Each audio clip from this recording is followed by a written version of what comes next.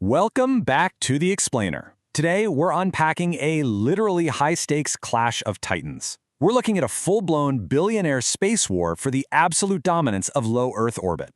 It's a crazy story full of fierce rivalry, massive technological ambition, and, quite frankly, some really explosive setbacks. We're going to break down exactly what happened, who's involved, and what it all means for the future of global connectivity. So, let's get right to it. Okay, let's dive into this, because the sheer physical magnitude of this event is absolutely staggering. Overnight in the United States, the ground literally shook as what was supposed to be this huge technological triumph turned into the biggest rocket explosion in U.S. history. The shockwave rattled nearby homes, but more importantly, it sent shockwaves through the entire global aerospace industry. This wasn't just any rocket. This belonged to one of the richest men in the world, and it represented a massive leap in a fiercely competitive space race. Section 1. The Massive Rocket Explosion. June 4th's Shattered Dream.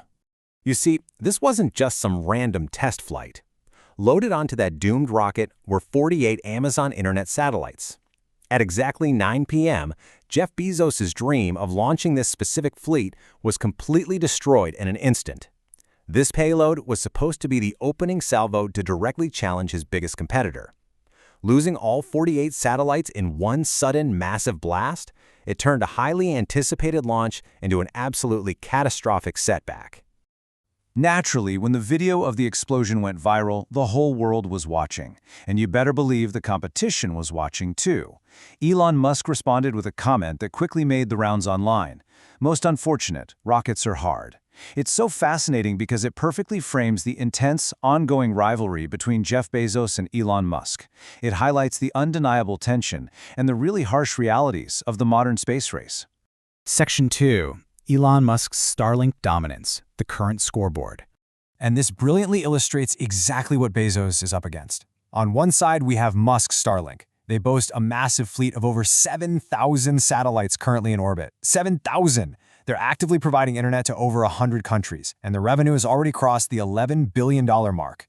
On the other side, looking specifically at Blue Origin's footprint for this internet satellite project following the loss of those 48 satellites, the scoreboard currently sits at 0.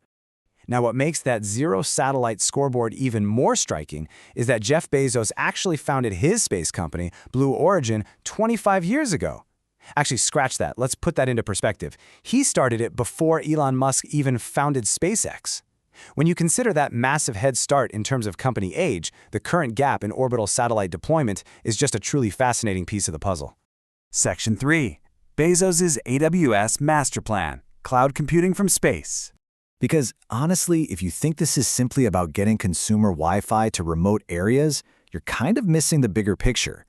Amazon Web Services, AWS, already holds a massive 31% grip on the entire cloud infrastructure market. That is a gigantic foundational advantage right here on the ground. Bezos isn't just trying to build an internet provider, he's leveraging this existing totally dominant infrastructure to create something entirely new from orbit. Now, what's really interesting about this slide is how all these pieces fit together into his ultimate master plan. Bezos envisions this laser-connected army of more than 3,000 satellites in low Earth orbit. The goal? To completely bypass traditional fiber optic cables. This network would allow high-stakes clients, we're talking banks, military drones, Fortune 500 companies, to dump immense amounts of crucial data straight into AWS servers in mere microseconds. Why does this matter to us? Well, the high-speed financial transactions and seamless data services you rely on every single day could soon be routed entirely through the stars. It's an incredibly ambitious plan to revolutionize global cloud computing from space. Section 4. The Strict FCC Deadline. The High-Stakes Race. The pressure is really mounting right now, primarily because of one staggering number: $10 billion. That is the amount of capital Jeff Bezos has already sunk into the satellite project. And keep in mind, that $10 billion was spent even before this massive explosion destroyed their initial launch. The financial hemorrhage here is immense, and the pressure to deliver a return on that investment is, well, astronomical. So the crucial point is this strict FCC deadline. It's a regulatory mandate that states the company absolutely must deploy more than 3,000 satellites into orbit by the year 2029. And if they fail to hit that target, they face the total cancellation of their operating license. It is literally a do-or-die timeline for the entire multi-billion-dollar project. The clock is ticking loudly. And the immediate fallout of the June 4th crash is already making things so much more difficult. NASA had just recently awarded Blue Origin a contract worth $18 million, but because of the explosion, that contract is now completely frozen. It's an immediate, tangible consequence that adds even more friction to an already incredibly tight timeline. Section 5. The Will to Rebuild. History repeats itself. Literally the very next day after the blast, Jeff Bezos posted this direct, totally defiant message: "We will rebuild this." It's a super clear signal that despite the $10 billion already spent, despite the frozen NASA contracts, and despite that ticking FCC clock, he has absolutely no intention of abandoning this space race. The sheer determination to push forward is undeniably there.